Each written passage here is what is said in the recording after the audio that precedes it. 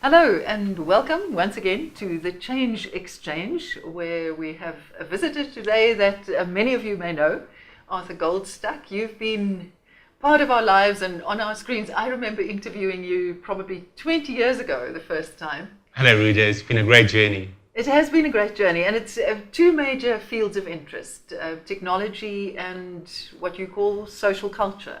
I refer to it as popular culture, but other people might see it as something different, subcultures, for example. So anything from popular music, rock music, through to urban legends have been part of my passion, and it all falls under that category of popular culture. But I love exploring subcultures. But you started studying quite a general course, a BA in, what was it, industrial psychology and My major was English because I wanted to go into journalism and I wanted to become a writer.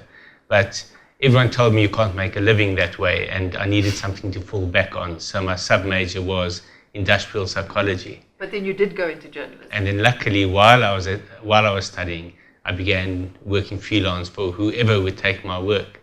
And by the time I left university, I was working full-time in journalism. Can you remember the first time you saw something published with your name on it? The first time I saw something published was while I was I think still at school. I wrote an article for The Friend, which was a newspaper serving the Free State, and the only English language newspaper in the Free State at the time, now defunct unfortunately. But I remember as a young kid going on a school tour of their offices, and how enthralled I was at turning, in those days, lead type into newsprint. And in fact, I got my name in lead type back then. Still a memento that harks back to what now feels like a few centuries ago, not just the last century. But my first newspaper article ever, I submitted to The Friend. What was it about? It was about an old man in the town where I grew up, Trompsburg, in the Southern Free State. And the oldest man in the town, his name was Frank Clements, and he was in his late 90s. And he had been mayor of Trompsburg many times over the years, but he was a very avid reader of The Friend, even into his late 90s. And he was the first person in Trompsburg to get a TV set. And because we were family friends with him, we used to go over and watch Pop Shop in his house in black and white, on his black and white TV. And I think it was around his 95th birthday. I wrote a profile on him and sent it to The Friend, and they published it on their front page. So it was very exciting. You said that your interest in technology actually also started in the library at Trompsburg. That's right. Trompsburg had a public library where they had one shelf of science fiction novels, and I loved science fiction. I loved the idea of space and astronauts and aliens, etc. And as soon as I was allowed to, I began taking out the science fiction books from that library, around 8, 9 years old, and eventually read every science fiction novel that they had in the library. So back then already, I was ready for the future, and I was waiting for the future and wanting to be part of the future that I read about in these science fiction novels. I didn't see it as purely fiction. I saw it as a vision of the future that I wanted to be part of. And if you think about it now, is that true? Does science fiction foreshadow what happens? Or what we learn later? The irony is that the science fiction I was reading back then was very unrealistic, because it focused quite heavily on what you might call space opera, which is battles in space, the Star Wars type scenario, whereas the real science fiction that became reality came quite some time later. There was a movement called the cyberpunks, and it was sparked to some extent by a novel called Neuromancer by William Gibson, and he coined the term cyberspace. And that novel, in fact, almost set out what the internet would eventually be, with one exception. He saw people plugging themselves into it directly through their brains. Almost Matrix style, except they weren't part of an alien experiment. They simply, by plugging in directly via their brains, they were then connected to this cyberspace. Whereas the cyberspace we have today, we still have to interact with it indirectly. But even there, we're seeing more and more intense interaction. So it's not just typing and looking at a screen, It's also gesture command, voice command, and eventually it'll be mind control as well of this inner space that we've created and is becoming a bigger and bigger universe. So from that point of view, the science fiction that began probably in the 1980s is what we are almost seeing as reality in technology today. It's so fascinating. You worked as a journalist. What was your beat? Did you do regular news reporting at any time? I had two careers, two distinct careers running parallel to each other. The one was working my way up through the newspaper world, and the other was working as a freelance journalist for magazines, starting with music magazines, writing for, in the early 80s, for 20 Rand a feature, which even then was a pittance, but it got my foot in the door and it enabled me to experiment with writing and explore my writing and get to know the music scene as well. And did you just do it for fun, or did you do it as the first step on the way somewhere? It was a passion for music and a passion for writing, and the two marrying each other. And I wanted to be a music journalist. That I saw as my short to medium term ambition. At that stage, I didn't have this idea of being a technology journalist because there was so little to say about it. I did begin exploring what you could do with computers. That's what fascinated me. And people are always startled when I tell them I'm not a technical person. I don't know how a computer works. But what I do understand, and this goes all the way back to those days, is what you can do with computers. And that was my interest and passion right from the start. So one of my first technology features I wrote was for the SAA In-Flight magazine, and it was about how computers were going to be used to track the return of Halley's Comet in the mid-80s. And that was a groundbreaking feature for me because it was my first technology feature that was ever published.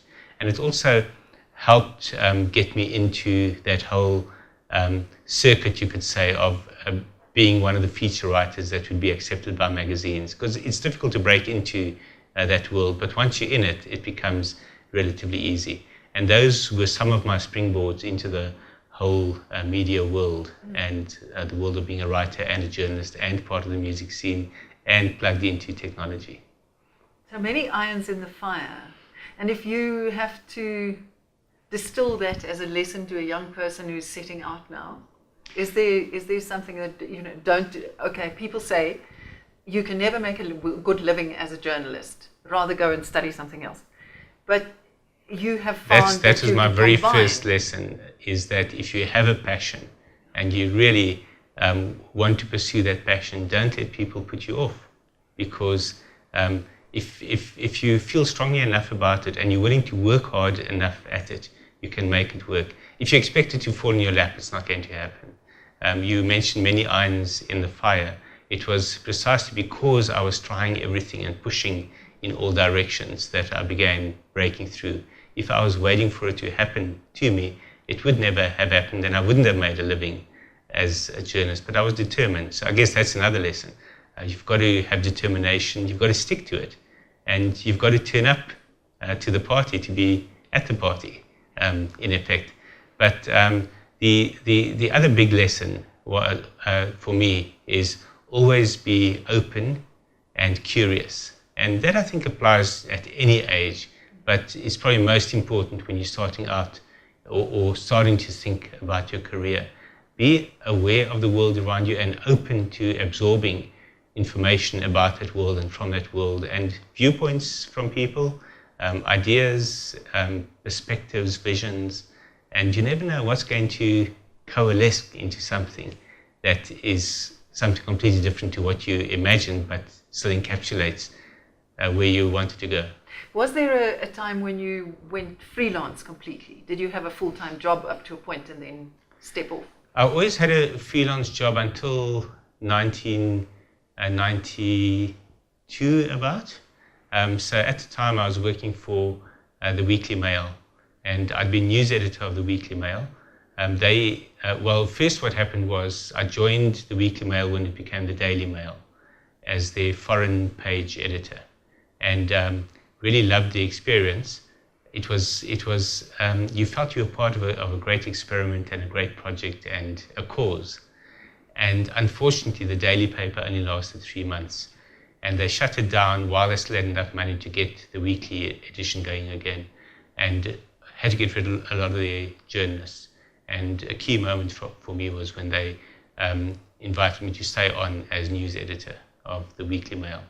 And that was heading into the period when they broke the Incartergate scandal, which completely changed South African politics. So it was exhilarating to be part of that. And as news when editor... When was that? Mid-80s? It was early 90s. Early 90s. 91, 92. So Cordesa was happening already? It was about to happen. It was at a time when the Third Force was at large.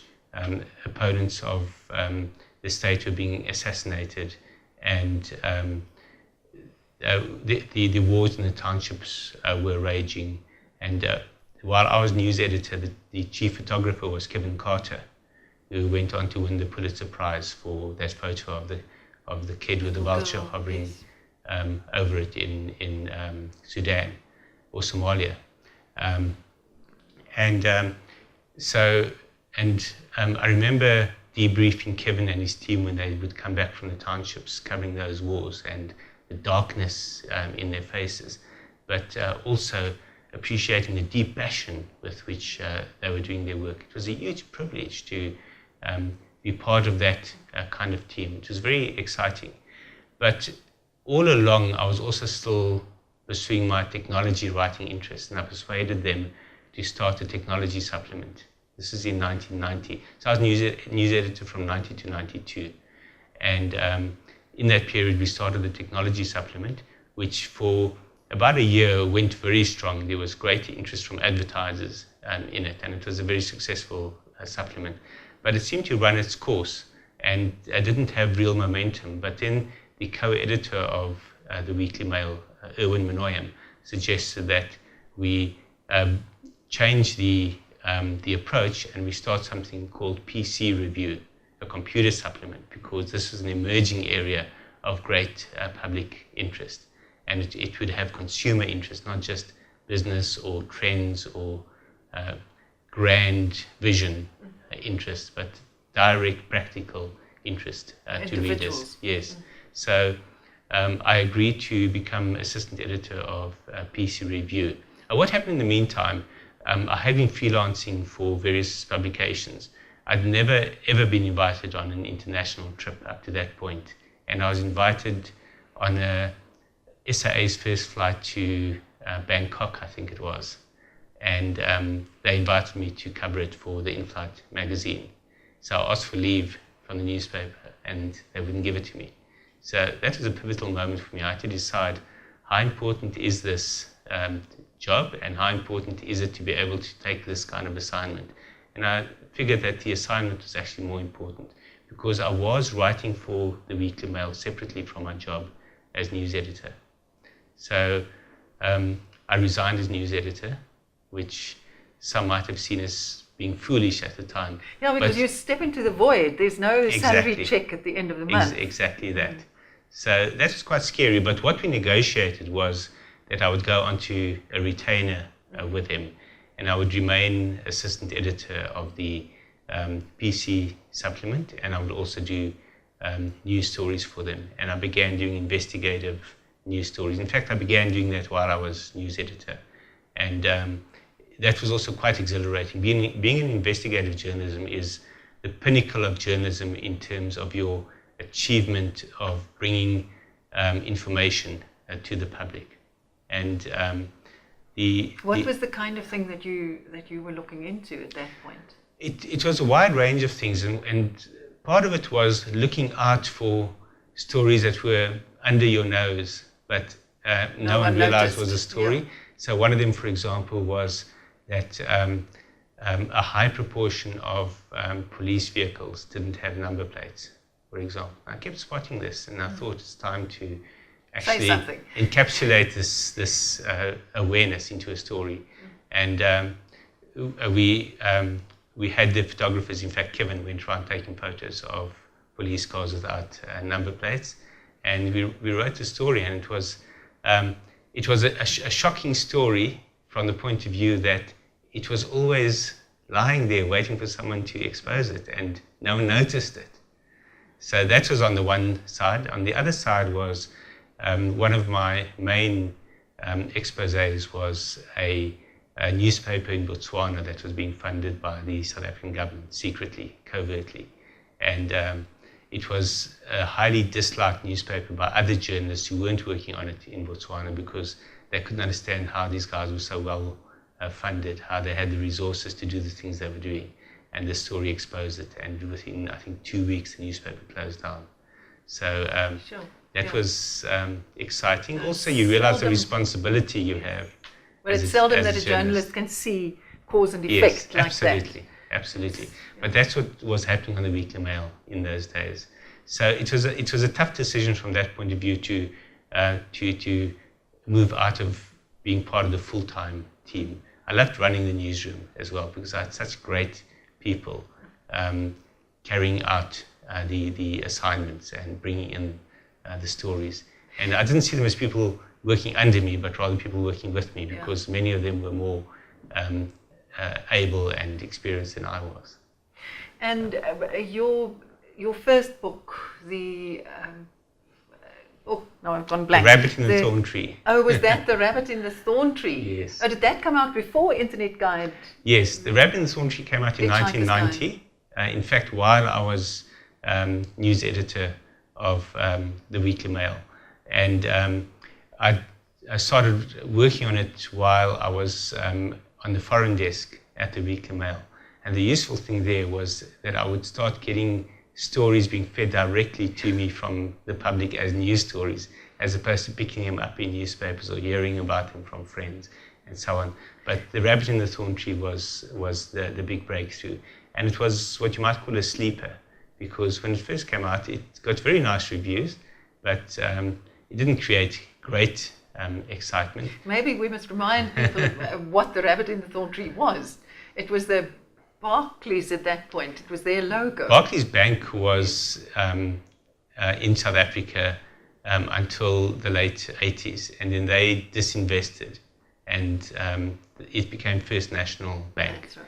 And when First National Bank launched, they decided to come up with a quintessential African logo, and the logo was a thorn tree, an acacia. Yeah. And what they didn't realize was that the stylization of the thorn tree resulted in various shapes being visible in the tree itself. And the rumor began that the tree was actually a symbol of the ANC, which was banned at that stage. P.W. Botha was in power, and a full-page ad was taken out in many of the daily and weekly newspapers by the businessman Yusuf Surti, and he got a loan from FNB to place the ads calling for the unbanning of the ANC. And P.W. Botha stood up in Parliament and accused FNB, and I think it was Chris Ball at the time was the CEO, accused them of being enemies of the state and traitors, etc., for calling for the unbanning of the ANC.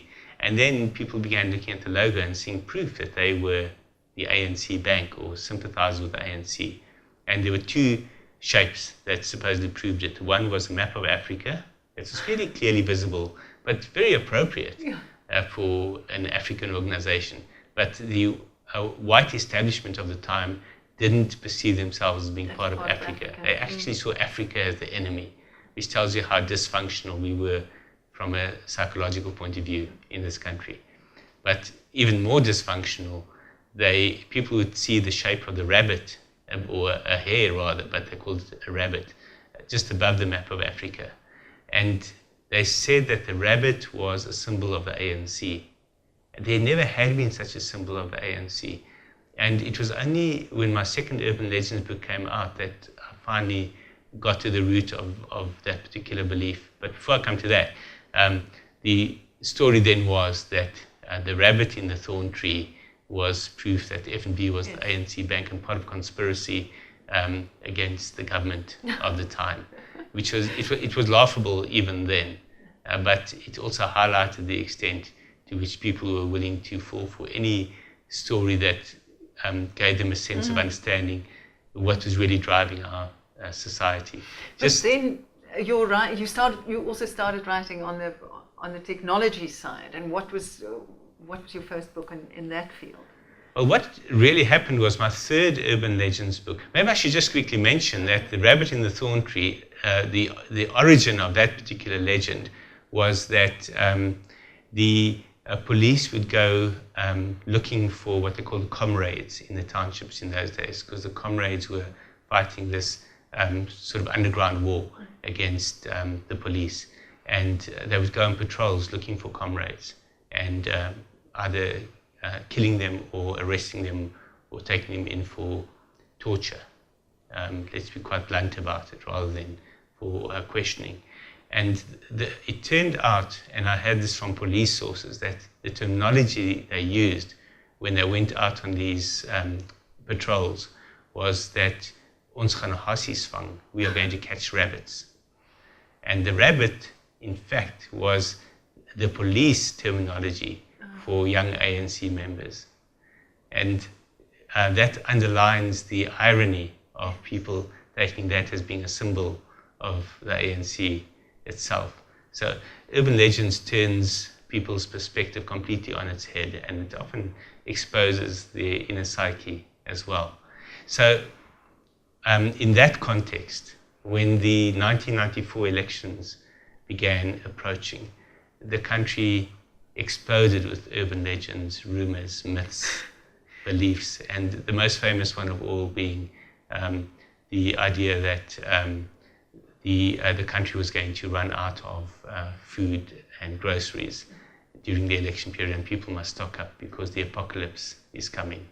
And there was going to be a white apocalypse, and the black people would rise up and kill all whites. Or after the elections, they would be allowed to choose white people's houses or cars or whatever the case might be. So there was that whole culture of fear in this country that drove these rumors and beliefs. And it was very obvious that this needed a book. And I wrote a book called The Ink in the Porridge, which was subtitled Urban Legends of the South African Elections. And that book was not just about the South African election urban legends, but about election urban legends in general. And I began exploring and researching urban legends from around the world.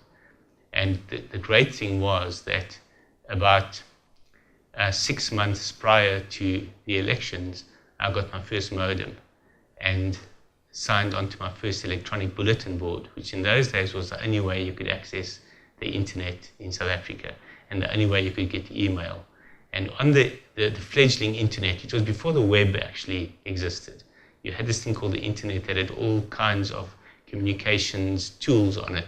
One of them was called Usenet, which was a network of discussion forums. And one of the discussion forums was an urban legends discussion forum. It was called Alt Folklore Urban. So suddenly you had a worldwide input. I had this incredible access to people, and I was able to be part of the conversation as well. And through that forum, and then through email conversations with people who participated in the forum, I collected a massive amount of material about urban legends from elections going back hundreds of years. And I was able to then contextualize the urban legends that were emerging in South Africa to show that many of them were in fact not new. They were just new versions of what had been around for a long time. It just strikes me that I think we have forgotten that huge change that now you can, in a moment, Google something. You can find out, what is this, who wrote that, where does it come from? Just the other day, that was impossible. Yes, correct. Going back to 1994, when we had our first commercial internet service providers in South Africa, it felt revolutionary. It felt like this was a massive change that was coming, especially having been reading science fiction and following computer usage trends and what people could do with it. The idea of computers all being able to connect to each other and one being able to disseminate and collect information so quickly and so easily, to me felt like a revolution. Yeah, you noticed. The rest of us didn't even, it didn't dawn on us until much later when personal computers became everyday. I guess I was very fortunate from two perspectives. One, that I'd been writing about computers, so I was looking for what was new and what was next in the world of computers. And the other is that I actually wrote a book using this internet thing as one of the main tools for producing the book. So I understood implicitly from the very start the potential power of this thing as a tool for productivity. Well, you tried it out and exactly, as it was happening. Exactly. Yeah.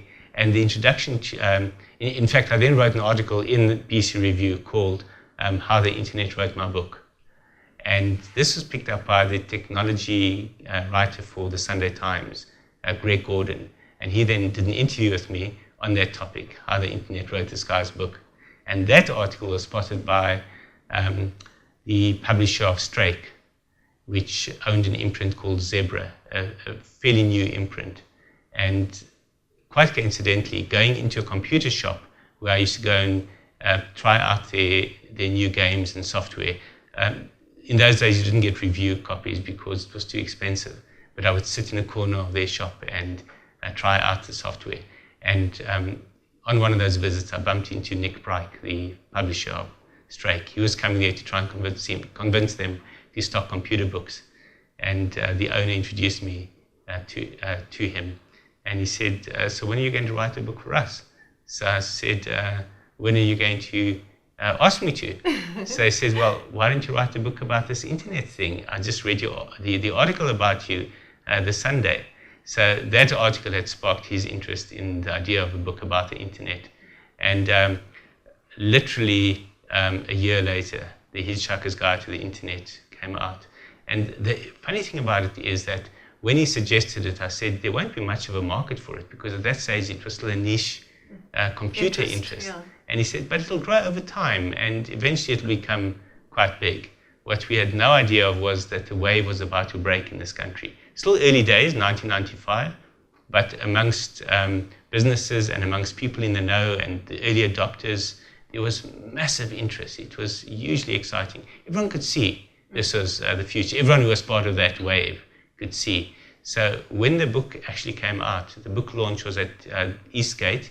It was the opening of the exclusive books in Eastgate. So this book launched that branch.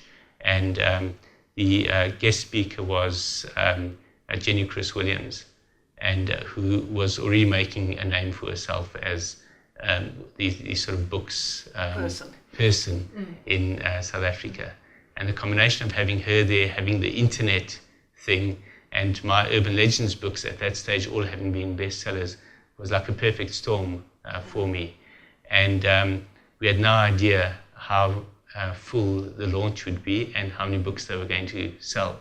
It beat all expectations, and they had to reprint the book in something like 4 weeks. And that's when my life changed completely. And you could take that on as a full-time job, basically, Pretty much. Up to that point, technology had been one of the areas that I explored with great passion and with tremendous activity in that area. But it was just part of what I was doing up to that point. When the book came out, it became everything. What are the big changes you see coming, or the major change that we don't notice yet? The big change that's coming doesn't look like a big change because it looks like a toy, and it's called virtual reality. So right now, what you're seeing is companies like Samsung and LG, Sony, HTC, all bringing out their versions of virtual reality headsets. And Facebook itself bought a company called Oculus Rift, which is at the leading edge of virtual reality. So people look at this and they say, well, no one's going to walk around with those, so obviously that's not going to change everything. But you could call it the poor relation of virtual reality is waiting in the wings, and that's called augmented reality. And that's where you overlay information on the real world. Virtual reality closes you into an artificial made-up world, whereas augmented reality overlays information onto the existing world or overlays experiences. So it can be something that's not real.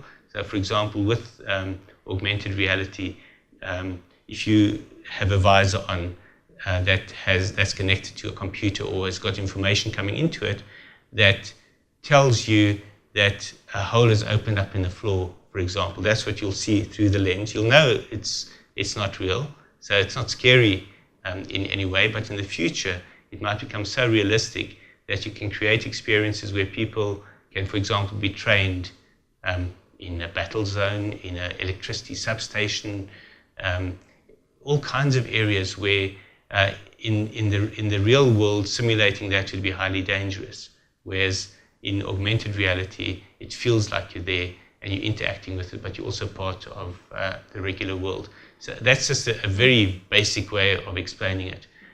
Examples of augmented reality were Google Glass, which failed completely because what it did was it expected people to buy a one-size-fits-all set of glasses that they would put on their head and walk around with it, with a little a screen in the corner and a red light that tells everyone in your environment that you're invading their privacy. So you looked creepy, and most of the people using Google Glass were actually quite creepy when they were using it. So it was a social disaster, so it flopped completely. But what it highlights is that in future you won't need to buy a set of glasses.